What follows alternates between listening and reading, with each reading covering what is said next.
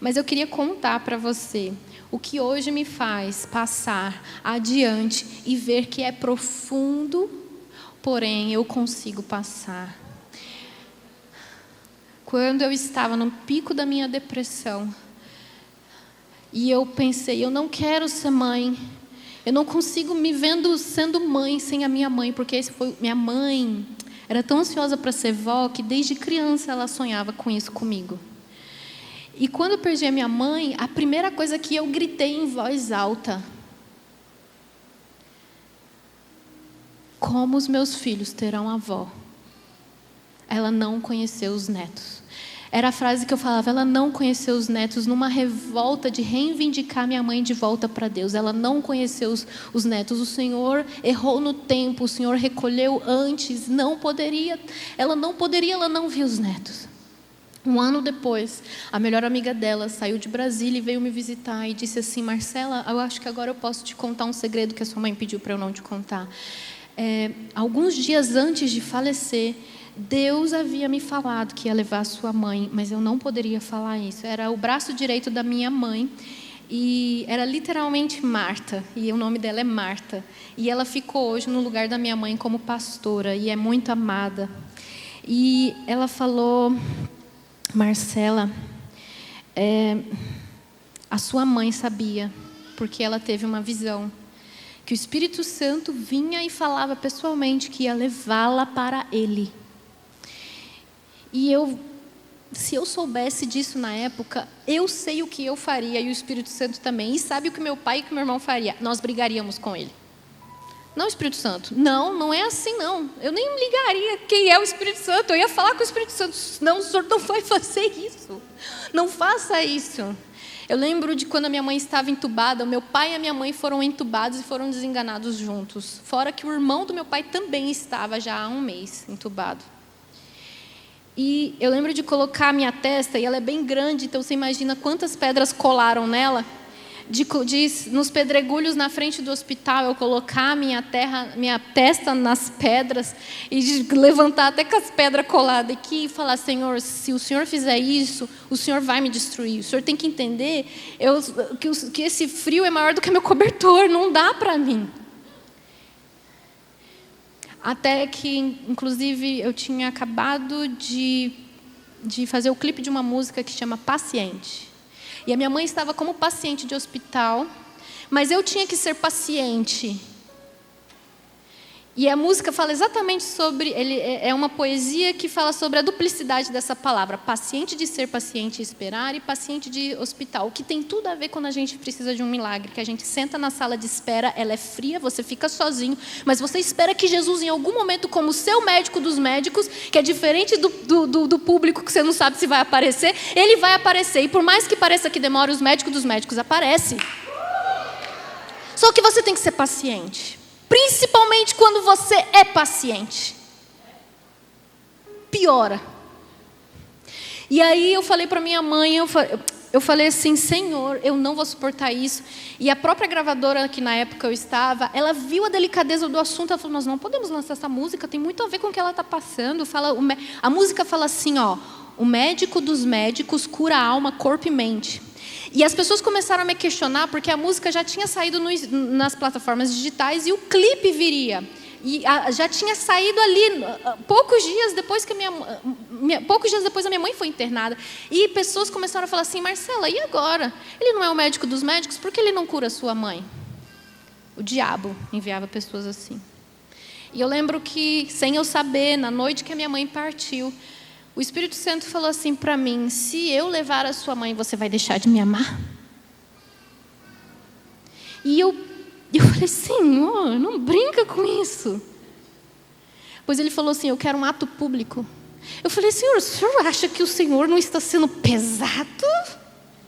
O Senhor quer um ato público meu no momento desse? E então eu fui lá, e aquilo não era verdade, não vou mentir, não estava sendo simples como parecia. E eu fiz uma entrega pública da minha mãe: se a minha mãe partir, bendito seja o nome do Senhor. Se minha mãe ficar, eu louvarei, ainda assim eu continuo amando a Deus. E postei sim uma parte da música, eu cantando: o médico dos médicos cura a alma, corpo e mente. Naquela madrugada, quando eu fui dormir, poucas horas depois, eu acordei chamando a minha mãe desesperadamente. Eu senti que alguma coisa havia partido dentro de mim. A minha alma tinha sentido a partida da minha mãe. E eu fiquei assim, parada no escuro. Isso é bem estranho, não consegui orar. 1 hora depois, meu telefone toca pedindo para levar os documentos da minha mãe. Eu já sabia o que era. E aí, o que aconteceu? Foi a pior notícia da minha vida. Eu urrava, a minha alma urrava. Você já chorou urrando? Você não sabe chorar, você urra de desespero. O meu esposo me confessou muito tempo depois que ele achou que naquele dia eu estava sendo quebrada e talvez ele não teria mais a esposa de volta. Ele falou, ela foi muito partida. E aí a gente acelera um pouco mais o testemunho e foi um tempo muito difícil. Eu postei até um vídeo que chama Chateada com Deus. Eu fui num podcast e esse vídeo viralizou. Eu nem imaginava que ia viralizar. Eu fui muito, muito verdadeira. Aí eu falei uma coisa que muitos de nós, crentes, principalmente de muito tempo, não tem coragem de falar. Que a gente sim questiona Deus e que a gente fica chateado. Você já perdeu um filho? Alguém aqui já perdeu um filho? Alguém aqui perdeu um esposo? Alguém aqui perdeu uma amiga, uma grande amiga? Quem perdeu a mãe? Você ficou sorrindo ou você chorou e ficou chateada? Você não questionou em nenhum momento, Senhor, isso não é pesado demais? Eu fiquei chateada com Deus. E como birra, eu não consegui orar. Nem porque eu não queria também, eu não conseguia. Eu estava traumatizada em baixar a minha cabeça. Porque todas as últimas vezes que eu baixei minha cabeça para orar, eu entrava em desespero. Um dia, nessa casa que eu morava até algumas semanas atrás, porque eu não sei se vai dar tempo de contar o restante, mas eu vou tentar. Tinha uma árvore seca. Uma grande árvore seca, que já havia sido cortada a metade dela. E ela estava toda podre e comida de cupim. Então não bastasse isso, ela tinha um fungo preto que quando tentava uma folhinha nascer, ela derretia a folha. Um dia eu fui e falei, quem botou fogo nessa árvore? E aí eu vi que era uma doença, depois eu fui no Google, pesquisei. Era um fungo muito severo que estava passando pelas minhas árvores de ipê. Eu fiquei muito chateada, eu falei, Samuel, nós vamos ter que arrancar essa árvore.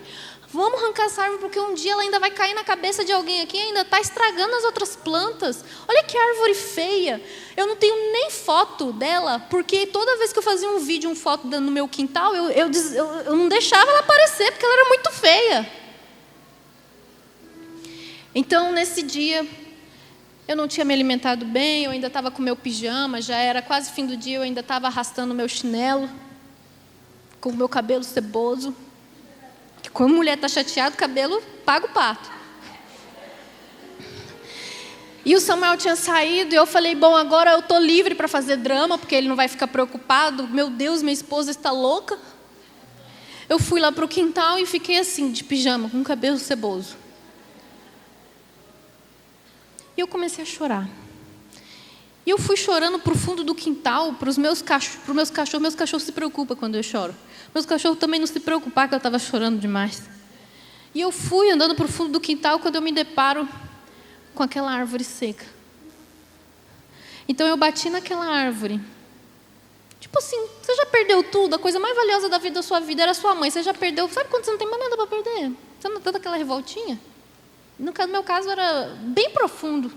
Eu bati na árvore assim, ó. Senhor, eu estou como essa árvore. Eu estou como essa árvore aqui. Feia, seca, não vai produzir mais nada. Eu não acho que quebrada do jeito que eu estou, eu produza algo porque eu estou quebrada, feia, ressequida. Você já se sentiu assim? Tem um período hormonal que a gente se sente às vezes assim. Mas no meu caso estava bem ruim. E eu olhava as marcas que aqueles traumas dos cupins haviam feito nessa árvore, e eu me identifiquei, eu abracei ela. Nós somos iguais. E eu falei assim, Senhor, eu estava muito abusada, mas é que eu estava de mal. Aí eu falei, Senhor, se essa árvore der fruto, o Senhor vai me dar um sinal de que eu ainda vou dar fruto. E fui embora. Irmãs, dias. Eu nem sabia qual era o fruto, mas eu imaginava que era abacate, porque eu e minha sogra um dia ficamos lá no quintal. Isso aqui é de quê? Eu acho que é abacate pela casca, porque não tinha nenhuma folha para dar prova. Dias depois, eu olho para o fundo do quintal, tinha folha. Falei, essa coisa na minha cabeça. Dias atrás eu olho, as folhas já tinham crescido. Eu falei, é abacate. Eu falei, mas isso é coisa da minha cabeça. É porque choveu esses dias.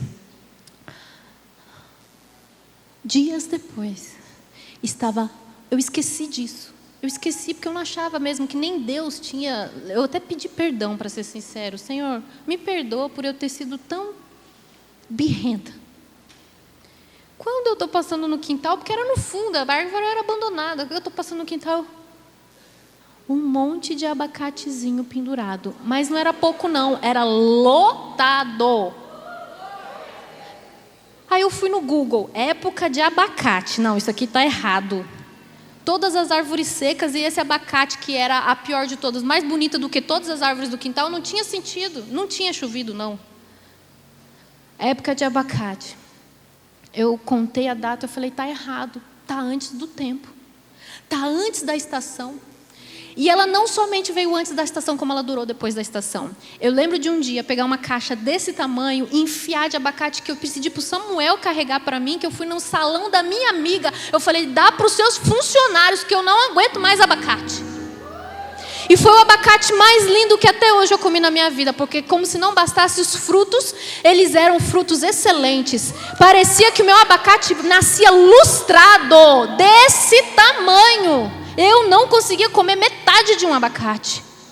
E quando eu abria, não tinha nem aquele escurinho que tem no caroço. Eu ficava assim, meu Deus. Eu falei, Senhor, eu entendi. Dias depois, a minha casa quase pega fogo. Porque era seca.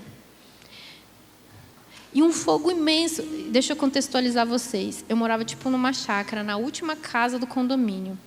E não tinha grade. Era um alambrado, ela era bem antiga, casinha de vó, e eu amava o estilinho dela. E aí, se pegasse fogo, era um pasto gigante, seco, amarelo, assim, grande. E eu não lembrei, porque eu tenho TDAH, gente.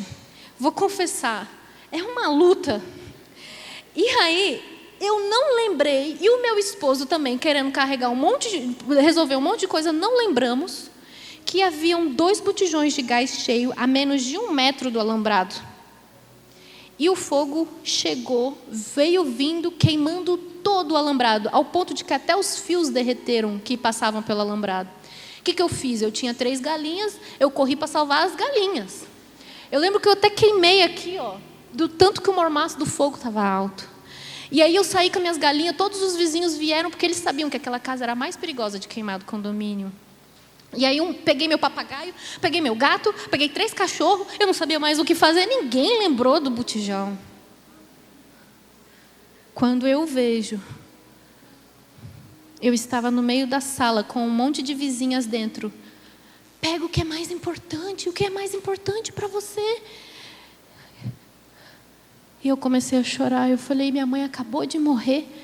Todos os álbuns da família, eu sou, vamos dizer, a curadoria, eu sou a biblioteca, eu sou a que está guardando todas as lembranças da minha mãe, da minha família. Meu pai não quis ficar com o álbum de casamento, eu fiquei, tudo estava lá, estava num lugar. Eu falei assim, eu não sei o que é mais importante, pega seu documento.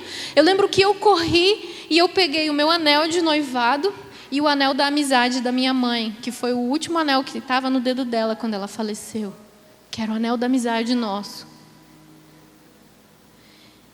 E eu peguei minha Bíblia, que eu tinha acabado de comprar uma Bíblia linda, King James. Eu falei, eu estou pronta. Até que o Espírito Santo falou, volta. E eu vi como o Espírito Santo, assim, eu estava meio atônita, sem saber como reagir. E o Espírito Santo, acorda, para de chorar. Volta lá no fundo da tua casa e olha pela janela. Aí todo mundo, não vai mais não, não vai mais não. Eu voltei para lá, chorando. Sim, Senhor, estou aqui. Irmãs, tinha como que um muro que não deixava o fogo passar.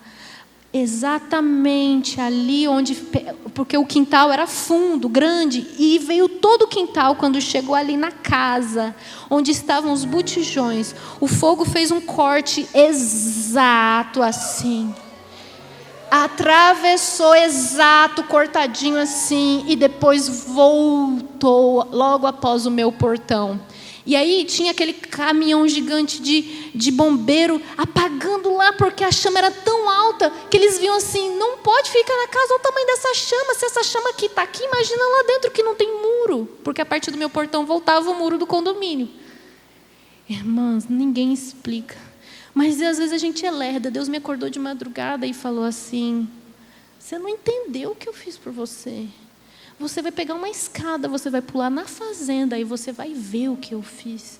Eu fui lá, fui atacada por abelha, aquelas que colam no cabelo. A menina falou, não vai. Eu falei, eu vou, Deus mandou eu ir. Quando eu cheguei lá, eu chorei.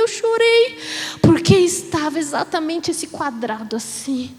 Exatamente, eu tenho as fotos, eu tenho os vídeos. Vocês podem procurar no meu perfil isso. É exato. E Deus falou assim para mim, às vezes o fogo te queima e te machuca, é verdade. Mas às vezes eu não deixo o fogo te queimar. E Deus está falando assim, você já foi queimada sim. Porque você está no mundo e eu não menti. Que quando estivesse no mundo, vós teriam tribulações. Mas tem de bom ânimo porque eu venci. E se depender de mim, eu entro no fogo com você. Se você quer ser uma mulher de fé, aprenda a marchar adiante. E sabe qual foi o que eu fiz logo em seguida? Eu marchei dentro da minha casa. Você tem marchado dentro da sua casa? Você conhece isso aqui? Se você não conhece, você tem que aprender a orar assim. É maravilhoso. Porque esses dias o diabo quis me afrontar na minha casa. Aí você começa a marchar. Você começa a marchar e Deus te dá autoridade de guerreira. Você acha que Esther não teve medo? Todo mundo fala Esther heroína. Pois ela teve tanto medo. E ela tinha razões, tá? Ela tinha razões. Porque o medo dela era pela própria vida dela. Era justo ela livrar a vida dela. Livrar a família dela. Aí... Quantos minutos faltam? 10 minutos? Aquilo lá é meu tempo? É, né? Eu não sei, tem 2 tempos ali. 10. 10, obrigada. Gente, eu tenho TDAH, eu sou lerda. Eu sou muito assim para assimilar umas coisas. Eu sou autodidata em música. Ninguém entende como eu faço meus arranjos, como eu crio. Os homens ficam tudo doido comigo, os que estudaram. Meu esposo estudou. Eu não estudei. Simplesmente vê um negócio assim, eu coloco assim essa nota, eu estou achando essa música meio azul, vamos colocar ela um pouco mais aqui de ver. Tudo é doido na minha cabeça. E Deus usa assim mesmo. Graças a Deus. Porque é na limitação que Deus faz forte. Porque se você for fortona, você vai falar, eu consegui. E Deus está falando, não. Quando você é mais fracote, sem vergonha e dramática, que acha que não vai conseguir, ai, Senhor, eu sou o bichinho de Jacó, o bichinho da goiaba. E Deus está falando assim, assim que é bom. Para você não se gloriar. E entender que você precisa de mim. E para concluir, Deus falou assim, eu deixei alguma janela aberta, me ajuda, que o TDAH tem isso.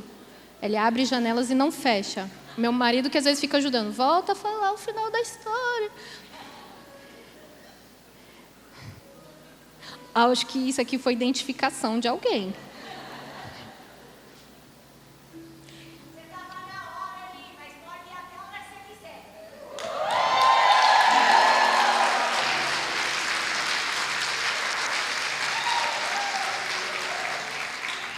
Então eu vou concluir o que aconteceu. Depois, o que aconteceu foi, eu comecei a marchar e Deus começou, antes disso acontecer na minha vida, eu não sabia que alguns dias depois eu ia passar por mais essa. Só que teve um outro livramento que Deus me deu uma mensagem. Olha só o seriado que foi. Deus, quando fez aquela árvore dar fruto, Ele queria me dar 2 mensagens. E é sobre essas 2 mensagens que eu quero que você aprenda. Que não importa o quanto as suas raízes estejam secas, não importa quantos traumas a vida te fez marcas, não importa o quanto as dores corroeram o seu tronco, não importa o quanto de chagas, de doenças, até doenças físicas mesmo te assolam. Deus molha as tuas raízes, Deus aduba as tuas raízes, Deus cura as tuas feridas e até o que não é fechado, ainda assim continua lá prosperando. E você dá fruto, então bata nesse tronco seco e diga: Senhor, faça eu voltar a ter frutos, porque só o Senhor pode molhar as minhas raízes. E você vai viver um tempo que você ainda nunca tinha vivido, porque eu achei, Senhor, eu trabalhei os meus últimos anos todos para o Senhor. O que mais eu vou fazer? Eu já inventei tanta coisa nessa minha vida, eu já trabalhei muito para o Senhor. Eu acho que agora, sei lá, 37 anos, vou passar o bastão para alguém mais jovem, sei lá, porque eu sou muito dessa coisa de influenciar jovens na internet. Senhor, eu tenho dor na coluna, eu sou acidentado, fiz uma cirurgia, coloquei uma prótese esses dias. Gente, eu tenho tantas coisas que se eu contar, vocês vão chorar. Mas eu não quero chorar e eu não choro. Sabe por quê? Porque Deus me ensinou a marchar adiante. Marcha adiante, marcha adiante, marcha adiante. Porque eu estou regando as suas raízes. Se é Deus que está regando, não importa se está feio por fora. A árvore não ficou bonita, gente. Mas os frutos alimentaram e estavam saborosos. Tudo bem a gente fazer um retoque ou outro. Irmãs, eu tenho uma perna torta aqui, que a minha mãe me fez acreditar a vida inteira que era charme. E eu acreditei. Tudo depende do que você acredita. Eu sempre achei assim que era charme. E é mesmo, que meu marido gosta. Minha irmã, é para você ser como você é. É para você ser como você é, meio torta, meio assim com um galho fora da proporção. Porque é do jeitinho que Jesus te encontrar, e pode ser no pior dos estados, inclusive, que Ele vai fazer o milagre dele acontecer. E Ele precisa muitas vezes que a gente chegue nesse estado, para que a gente valorize quando as nossas raízes forem aguadas. Quando uma terra é muito seca, ela acumula minerais. O Nordeste, quando dá... Eu fui numa plantação no meio do deserto do Nordeste. É deserto mesmo, terra rachada. E eu nunca comi frutos tão grandes na minha vida, parecia da terra prometida. Você acumulou minerais com as suas dores. E os tempos secos acumularam minerais nas suas raízes. Você está mais forte do que você imagina. Basta Jesus molhar as tuas raízes. Dias depois que a minha casa quase pegou fogo, meu pai foi me visitar. 1 mês exato, meu pai foi me visitar. E eu fui contar para o meu pai, até porque eu contava para todo mundo. Olha aqui, eu vou te mostrar lá. A pessoa, uau, porque o testemunho ficou marcado na grama queimada. E eu falei, pai, olha aqui, ó, deixa eu te mostrar onde que o fogo parou. Quando nós dois fizemos assim na grade, tinha uma cobra de 1,5 metro, uma cascavel enrolada, imensa. Eu levei um susto. E eu entendi que quem guarda a minha casa é Deus. Quem fecha a boca da serpente é Deus. O diabo pode até rondar a sua casa, mas aquela cobra, diante daquele testemunho que eu estava vendo, não poderia afetar o meu testemunho, até porque ela estava do lado de fora. Logo em seguida, Deus começou a ministrar no meu coração. Você duvidou do meu amor, pois prepare-se, porque eu vou te mimar com o meu amor. Não era porque eu estava sendo birrenta simplesmente, era porque eu conhecia de andar com Ele. Eu já andava com Ele, nós tínhamos um relacionamento. Não é simplesmente a minha religiosidade tupetuda. Eu vou tentar Deus. Não tenta Deus, não faça isso. Mas quando você já, sabe, quando a gente tem um relacionamento muito estreitado, você é muito aberto. E Deus começou a falar assim: você acha que eu não estive com você quando a sua mãe se foi? Você acha que eu não vi? Eu perguntava: Deus, onde o Senhor está? Eu não estou suportando. E Deus começou a mostrar para mim que Ele estava comigo o tempo todo. E Ele começou. Foi o pé de abacate, depois foi a minha casa, depois foi essa cobra, depois foi muito lindo o que Deus falou para mim. Ele disse assim: o seu tempo aqui acabou. E eu falei assim: Senhor, mas eu amo essa casa, meus bichos, minhas coisas. Deus tinha me levado para aquela casa para o tempo do meu sofrimento. Eu ainda não sabia, mas Deus preparou todo o ambiente para eu sofrer. Eu casei 1 mês antes da pandemia, sem saber, até a nossa vida financeira, que foi muito difícil. Eu fiquei 3 meses sem fogão, sem geladeira e sem máquina de lavar, as coisas mais essenciais que uma mulher precisa. Aí o pessoal, meus amigos, falam: Marcela, como que você passou esse perrengue todo? Porque foi agora, gente, 3 anos atrás. E você não falou pra gente? Eu falei: gente, eu e meu marido estava acampando, a gente estava brincando, estava ótimo, estava muito gostoso. Você tem que ressignificar os momentos da sua vida. Eu tinha uma panela elétrica que eu tinha que fazer uma gambiarra para o botão ficar abaixado, porque ela desligava automática no tempo do arroz, para eu poder fazer feijão. E eram 7 horas para fazer um feijão. E a gente ficava feliz, porque comia aquele feijão com tanta fome que ficava feliz. E o meu marido, sempre muito simpático, tudo para ele estava muito bom. Irmãs, são fases. E aí o que aconteceu? Logo em seguida, Deus abençoou a gente e tudo mais, e preparou uma casa no meio do mato, no meu sonho. Parecia uma casa de bonequinha. Todo mundo chegava lá assim: Marcela, que casa legal! Nossa, isso aqui, vou fazer um filme aqui de tão legal aqui. E eu me sentia tão acolhida naquela casinha com de tijolinho branco e aqueles azulejozinhos amarelos com florzinha antigo dos anos 70, com chaminézinha. Tudo velho, assim, bem velho mesmo. Caindo aos pedaços mesmo. E eu estava tão feliz, sendo uma camponesa. E aí eu falei: Senhor, não. Eu não quero sair daqui, Senhor. E uma oração que eu fiz quando eu mudei para essa casa, porque a região dessa casa chama Vale das Cobras. E quando alguém entra, tem gente que não quer morar nesse condomínio porque, por causa desse pasto, entra muita cobra nesse condomínio. E eu era a casa mais propensa a entrar cobra. Eu falei: Senhor, eu não quero, estou apaixonada pela casa, mas eu não quero, porque eu não quero que uma cobra mate meus cachorros, que eu vá no quintal e veja uma cobra. E aí eu falei: Senhor, se for da sua vontade para a gente morar aqui, fecha todas as outras opções e me garante que não vai entrar bicho nessa casa. Irmã, foram quase 2 anos sem mal eu ver barata. Imagina isso. Impossível.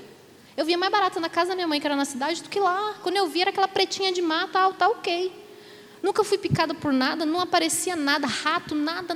E todo mundo falou: Marcela, minha vizinha, não apareceu nada na sua casa? Eu falava: não aparece. Aparece tucano, aparece só coisa linda. Quando Deus falou isso para mim, irmãs, eram 5 ratos por dia. Foi a partir dessa cobra, foi a cobra que me trouxe a mensagem, porque a cobra era o esquema: Senhor, cobra não, tá? Quando a cobra apareceu, Deus falou: acabou seu tempo nessa casa. Eu falei: Senhor, eu não quero, eu quero ficar aqui, eu detetizo, eu não sei o que. Irmãs, tudo começou a acontecer. Meu cachorro pegou berne de vaca 2 vezes. Tudo que vocês imaginar começou a acontecer com os meus animais. A minha galinha morreu de berne. Foi comida viva. Aí meu coração foi fechando para essa casa, foi fechando para essa casa, foi fechando para essa casa. É assim que Deus às vezes tem que trabalhar com a gente também. Porque somos dramáticas e medrosas e birrentas também. Eu falei: Senhor, já entendi. Nos últimos dias, quando estávamos arrumando as casas, aí eu falei: Senhor, arrumando a casa para mudar, eu falei: Senhor, não vou conseguir arrumar outra casa. Irmãs, eu arrumei uma casa tão legal